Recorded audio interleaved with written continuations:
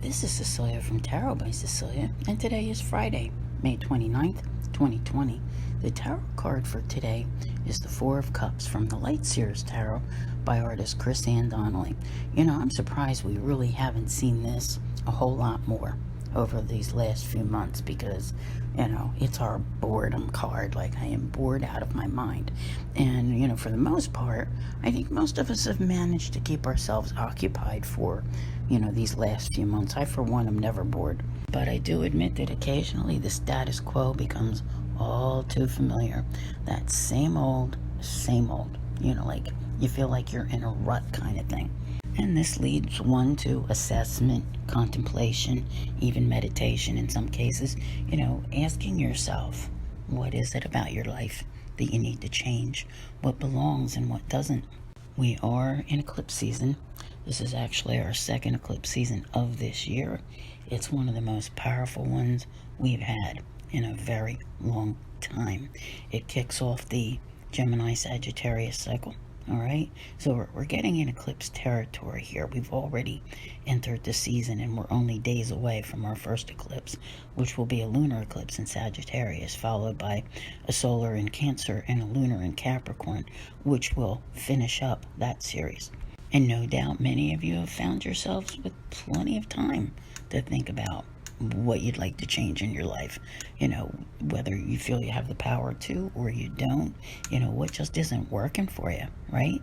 So what is it that you would like to see happen? There is a tendency here to become fixated on what you feel you do want, how you feel things should go, okay? Boy, I know so many people who are guilty of this, that no matter what you say to them or tell them that their path that they want to be on never changes, all right? And this is a time period that is asking you to change. And if you're unwilling, it's going to force you, okay? But there is generally, with this card, there's something on offer that should not be ignored.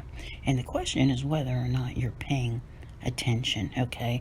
Because it's kind of like that kid in the candy store going, no, I don't want that. You know, mom says, why don't you try this over here? No, I don't want that. I want this one. Might not even be something you've ever had before, but you think that's what you want, maybe because you saw the, you know, commercial on TV for that candy.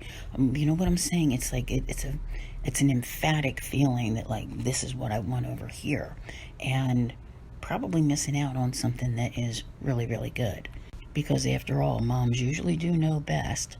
But I would encourage you to be looking at all of your options, all of your scenarios, situations, relationships. Relationships are definitely being emphasized right now. And that's a big factor when it comes to the Four of Cups, okay? You know, this is about emotional attachments here as well.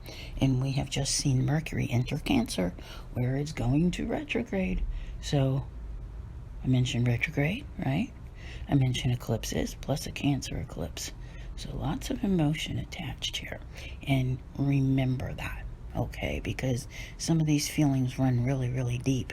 And you may change your mind about how you feel about certain relationships by the time this is all over. And we really do not get out of this major cycle until late July. I'm talking like the very end, okay? So take the time out today to consider the possibilities. What is working for you? All right. This card has so much apathy involved, boredom. All right. You know, it's like, I'm tired of this life the way it is. All right. So there's a lot of questions there because you're the only one who can truly fix it.